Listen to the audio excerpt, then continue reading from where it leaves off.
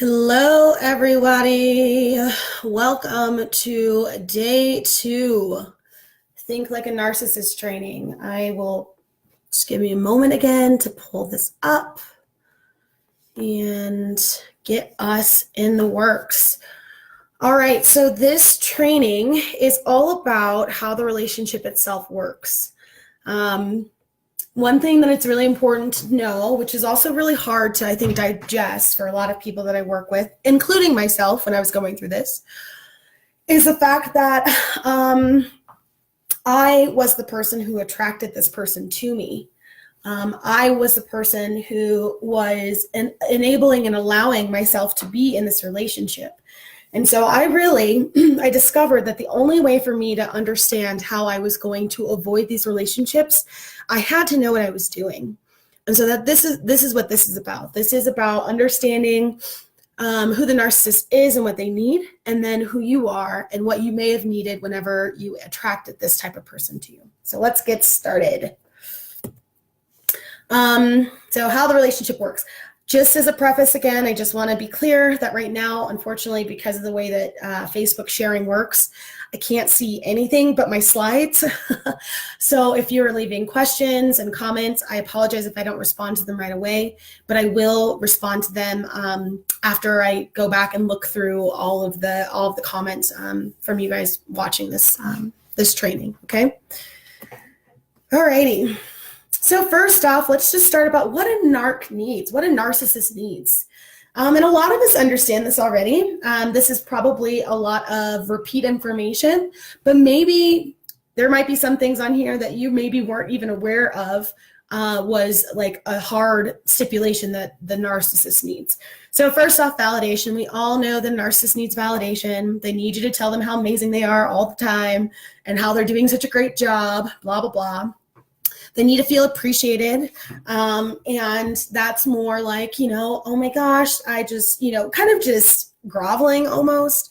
I am just so grateful that you helped me with this, and blah, blah, blah, blah, blah. It makes them feel powerful. It makes them feel really good. Now, validation and appreciation, those are really normal things to want or need, right? I want to be validated. I want to be appreciated. I bet that you guys want to feel the same way too, but they take it to a whole new level, right? For things that probably don't even need, like I did the dishes, you didn't say thank you. Like, well, this is our house. Why should I have to tell you thank you for doing something as a part of our house? They demand it.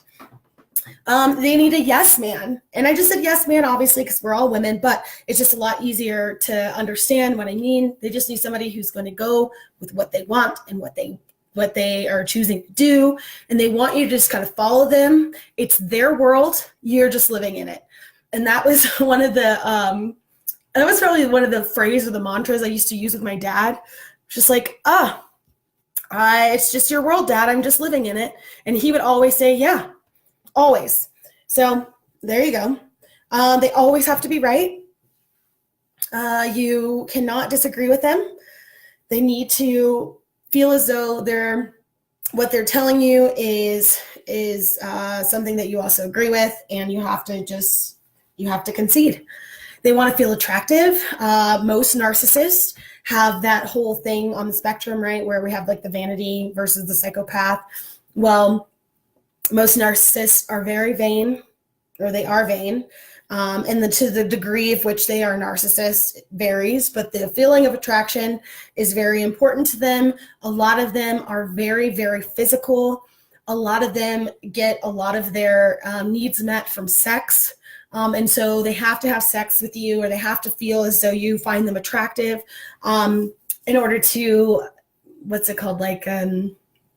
in order to really be a part of their sense of self. They have to feel powerful, which is why they need you to be a yes man. They have to feel in control, which is why they need you to be a yes man. They need you to live the exact life that they envisioned having. So you have to be the perfect person for them. You have to act a certain way. You have to be a certain way. You cannot tell anybody about any of the secrets behind closed doors. And really what that's about is that you just have to play into whatever false reality that they've created. And honestly, you probably kind of get into it too, because you're used to living that life for so long. And then last, they never, ever ever need to feel small. If they feel small, if they feel like you're trying to pull the wool over their eyes, they are master manipulators. They will spot it a mile away, and they will always be 12 steps ahead of you. So if you try to make them feel small by questioning their integrity or questioning their reality, do not question their reality. They will punish you. So just so you have an idea, if you didn't already know, I'm assuming that if you have been in a narcissistic relationship, you've experienced all of these things. All right, so who are you? And I put a picture of myself because I was this girl as well, right? You're a very strong and independent woman. You know what you want, you go after what you want. You probably have been very successful in some aspects of your life, whether you're an amazing parent or you just are really career driven in some way, and you just are you're just bold. You became a strong woman due to some emotional turmoil you experienced prior to this relationship. So, for example, the reason why I was such a strong woman is because I was in a household filled with a narcissist. And so I didn't want to have anything to do with him. I didn't want him controlling my life anymore. So I took control over my life. And so I became a really strong woman. Now, my strength was only focused in education and career. Emotional strength, well, I didn't cry very much, but I definitely was very sensitive. You feel like you want to be taken care of. And really, honestly, this kind of falls into this idea that you feel like you have to be strong in so many other areas of your life, that you just want a man to take care of you. You want to be swept off your feet. You want that whole fairy tale, that princess life that, you've been promised since you were a little girl. And you're probably a tad bit codependent. So codependency means that you don't know what it's like to be truly alone. And not that this falls, I just want you to be honest. I just want you to understand that these don't always apply. Not all of them will apply to you, but I'm assuming that a couple of them might stand out. But the codependency, like you just need someone to love you so that you understand what love is, as opposed to feeling love from yourself and then you're able to give and receive love. You're a tad bit romantic. You want, again, the whole fairy tale. You want to be swept off your feet. You want somebody to basically save you from having to be strong all the time. And then you have a deep desire to be loved by someone. So that kind of goes into the codependency, but it's kind of, again, on the spectrum. Okay. So role identification. Now, I named it this because I think it's really important, again, to understand how you guys fit together and how it ended up working. So based off of the list of what the narc needs and what you need, it really seems like you're a match made in heaven. The narc needs power, and you are a powerful, amazing woman who actually makes them look even more amazing, more powerful, because you're walking in the arm in arm. They're just like, damn, and everybody kind of like thinks you're a perfect match because they really like power and you're a powerful person, and you make them look powerful. The narc needs validation. You validate and believe it's for the sake of true love. So you want to be loved so badly that you give a lot of verbal praise and a lot of affirmation, and you show a lot of affection because you believe that that's, that's a mutual experience, because you believe it's true love, and you are completely swept off your feet by this person, especially in the beginning when they're love bombing you. And so it just really fits into that, your need for approval, your need for that codependent relationship. So you give a lot of validation. The narc needs to be in control. So if you have this idea where you're tired of being a strong person and you just want somebody to take care of you, then this is perfect. You kind of give them the reins. And honestly, they will handle all of it. You don't have to do anything but sit there and look pretty or, do whatever task they need you to do, because they want to have complete and utter control over the entire existence. Now, some of your narcs might be a little different. They might be a little bit more lazy. I've had some of those as well. But at the end of the day, even in their laziness, they're still controlling you. So you still might want to look for that as well. And what I mean is, what to look for, I guess, would be, basically you have to work and support their habits. They don't have a job. They don't have a car. You have to be the one who actually works in order to keep that relationship there. And they kind of hold the purse string, not the purse strings, they hold like the strings over you, because they will punish you, or they will take away affection from you, because you're not doing what they need you to do, which is to take care of their needs via money, financially, or, in a ride or whatever, or a home. So they're still controlling you, even though you're the one paying for shit. Is basically what it boils down to. And the last is that the narc needs to live in a fantasy. And this works out really well for you because you've romanticized your entire relationship. And most of the time you only recall the positive things that have kind of taken place. So like when you look back on these relationships, it's so hard to let go because you're like, but remember when he was really, really nice and we did all these fun things together. And most of the time it either happened maybe once every couple months or it only happened during the love bombing phase, but you're holding on so deeply to that because you just want this to work out so much because you're a romantic at heart, which is perfect for them because they get to continue that fantasy even though the fantasy is not playing out anymore. Hopefully this makes sense. But I'm sure I'll see your questions later. So when this relationship stops working, okay, this relationship stops working when the fantasy continues to grow and grow so much to where not even the narcissist can kind of contain it. You are having a hard time buying into it anymore. And it's like, it does not match reality at all. So, just like wanting to live this big life, but again, not having a car, not going to work, or not making enough money to live this grandiose life that they keep talking about or they keep promising you. The fantasy also is like all these promises that you continue to hear that never come to fruition. That was one of the biggest things for me in my relationships after being, a daughter of a narcissist, was like, I could not stand men promising me shit. I was so like turned off by that because my dad always made promises and never came through. It was really, really frustrating. And in my relationships, that was one thing. It was like a deal breaker, but I still ended up in narcissistic relationships because there are a bunch of other stuff here too, right? Another reason it stops working, you have less and less power. So you slowly start to feel yourself kind of like losing control over anything. Before you relinquish control of your own volition. And then later on, you realize that you're not allowed to have friends anymore. You're not allowed to go here without asking permission. You're not allowed to do this without checking in. Or he gets upset with you if you do anything. And so you just don't have as much power as you once did. And then that slowly kind of turns into like you no longer feeling like yourself. If you were a strong, fucking independent woman who didn't have to ask for shit and was like handling her own, and then all of a sudden you have no power, how do you think you're going to feel like yourself? You're not. You're going to feel completely different. You're going to feel broken. You're going to feel disheartened. You're going to feel weak, which is so anti anything that you've ever tried to feel, for multiple reasons. Whenever you start feeling controlled and not taken care of anymore. So again, kind of going a little bit further, you feel controlled by your narcissist, and he's no longer actually meeting any of your needs. It's kind of like, again, it's like it's psychological warfare. So they love bomb you in the beginning and they give you everything you've ever asked for, everything you've ever wanted and more. And then they slowly start to take it away to where you're always wanting it. And so then finally, when you get to a place where you're like, none of my needs are ever being met, I'm always walking on eggshells. I always feel like I have to provide things for myself, but emotionally I'm not even stable enough to do it.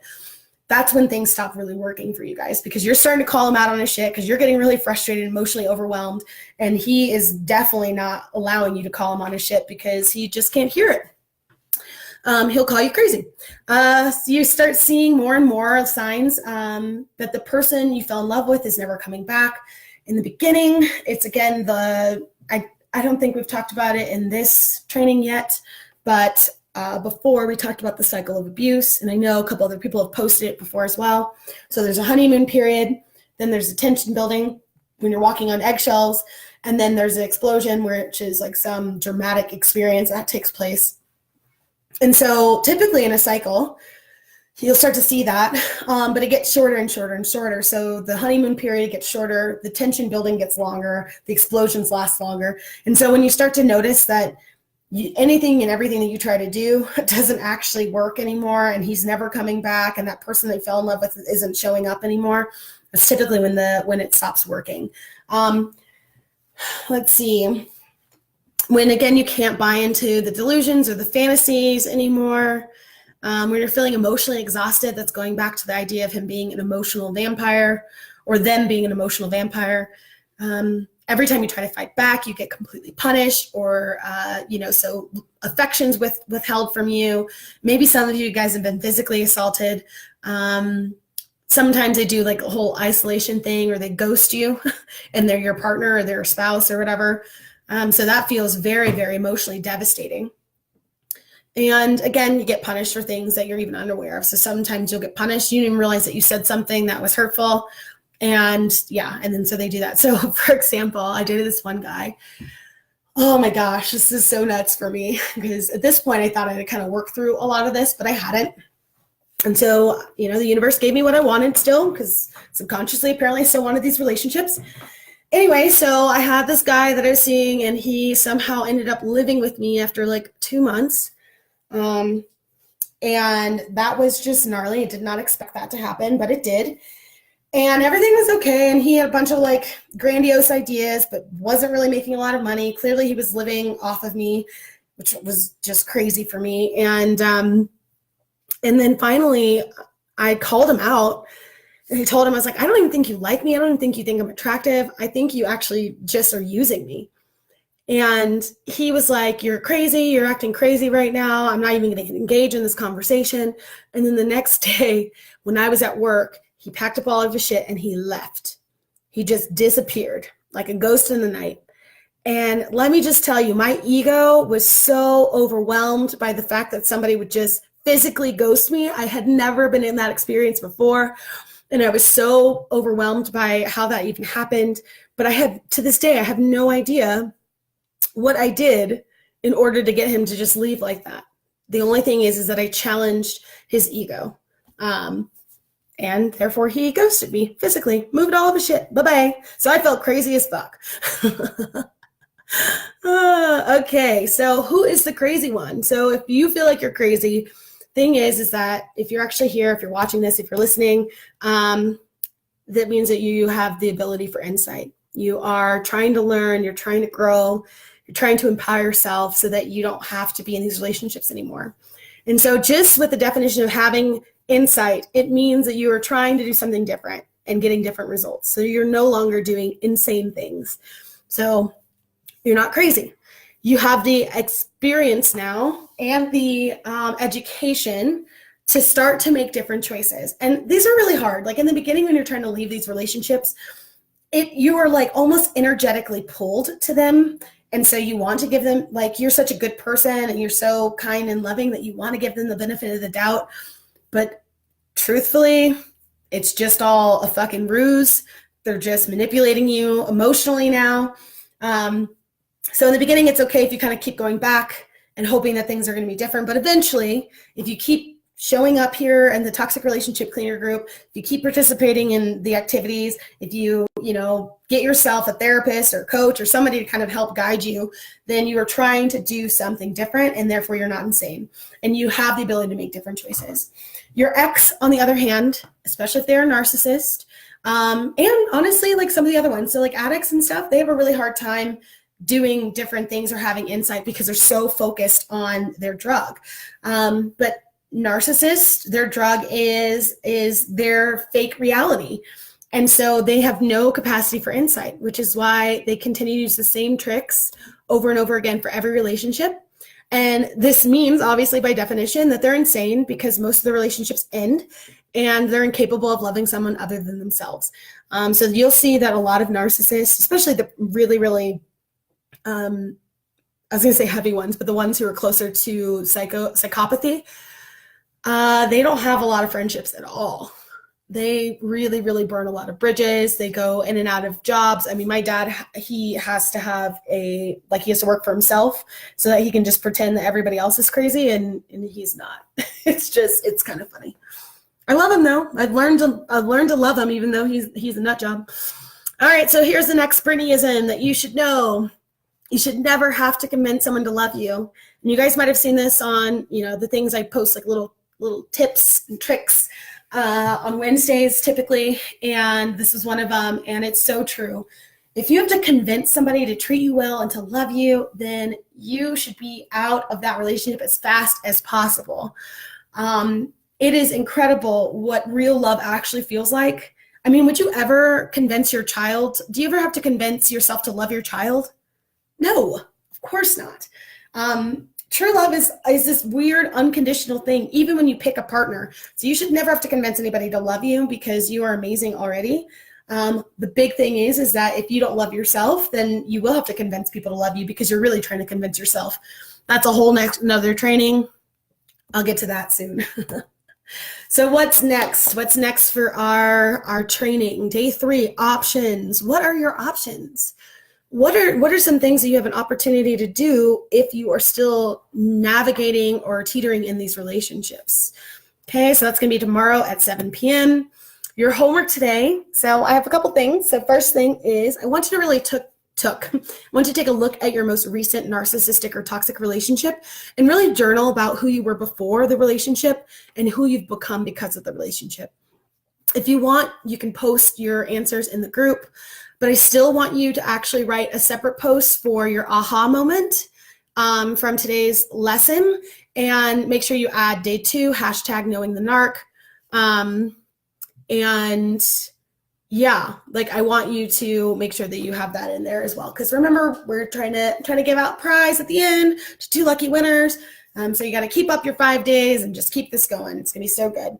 So I hope this was informative. I hope you learned some stuff today. And I look forward to your comments. Have a beautiful rest of your day, my friends. I love you all, and I will see you tomorrow. Bye-bye.